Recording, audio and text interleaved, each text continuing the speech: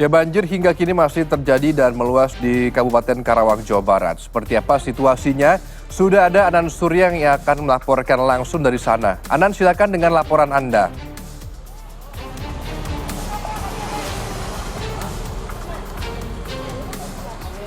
Ya, Adam dan juga good people, betul sekali. Seperti inilah suasana di kawasan Desa Karangligar, Kabupaten Karawang pasca 10 hari terendam banjir. Memang seperti yang bisa dilihat di belakang saya, ini sejumlah rumah masih tergenang air dengan ketinggian paling tidak 30 cm. Memang tadi saya sempat melihat-lihat sejumlah rumah ini dengan lampu atau penerangan yang sudah mulai menyala.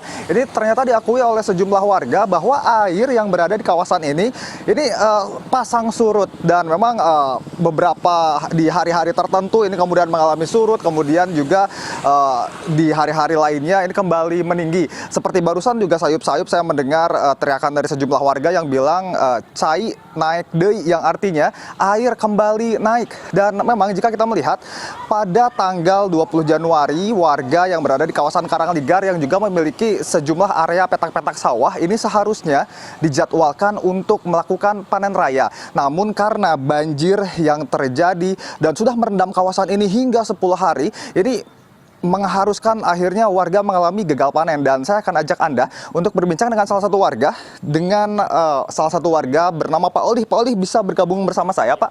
Baik, Bapak, ini seharusnya tanggal 20 Bapak panen nih, Pak, nih, tapi terancam gagal panen, ini bagaimana, Pak? Sebenarnya tanggal 20 itu panen raya karena banjir dari tanggal sekian lama, jadi akibatnya gagal panen. Ini merupakan salah satu banjir tahunan ya, Pak, ya. Ini berarti hampir setiap tahun gagal panen atau bagaimana, Pak? Iya, setiap tahun. Setiap tahun itu panen gagal panen. Pokoknya setiap tanggal 1 Januari sampai bulan Maret itu kalau ada panen itu tetap pasti gagal. Ada tindak lanjut mungkin atau solusi yang ditawarkan oleh pemerintah setempat, Pak? Harapan petani sih sebenarnya dari dulu awalnya minta bendungan lah, dari luapan Kali Cibeet ke Desa Karangligar itu harusnya ada bendungan agar petani itu kalau banjir kecil kan bisa diselamatkan, kecuali banjir besar lah itu tidak bisa. Biasanya ketika gagal panen, apa yang kerap kali dilakukan oleh petani, Pak, setiap kali gagal panen, Pak? Setiap gagal panen petani itu kayaknya nggak ada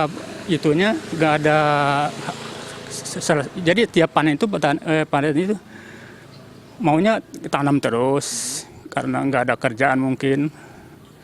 Kalau kerugian sendiri, Pak, ini ditaksir berapa, Pak, kerugian yang Bapak alami? Kalau saya sih biasanya panen kalau per hektar itu hampir 6 ton atau 7 ton kalau bagus. Tapi karena keadaan kesini ya hampir rugi total sih, nggak bisa panen. Baik, terima kasih banyak, Pak Olih. Semoga apa yang kemudian menjadi harapan Bapak ini bisa segera terrealisasikan agar di tahun-tahun selanjutnya panen bisa berjalan dengan lancar ya, Pak. Iya. Baik, terima kasih banyak, Pak Olih.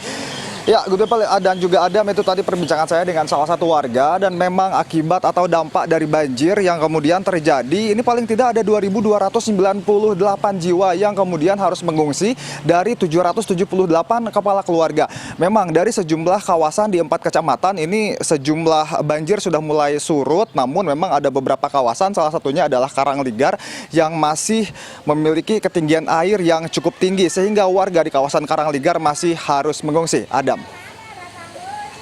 Ya, terima kasih Anan Surya dari Karawang, Jawa Barat. Berikutnya, banjir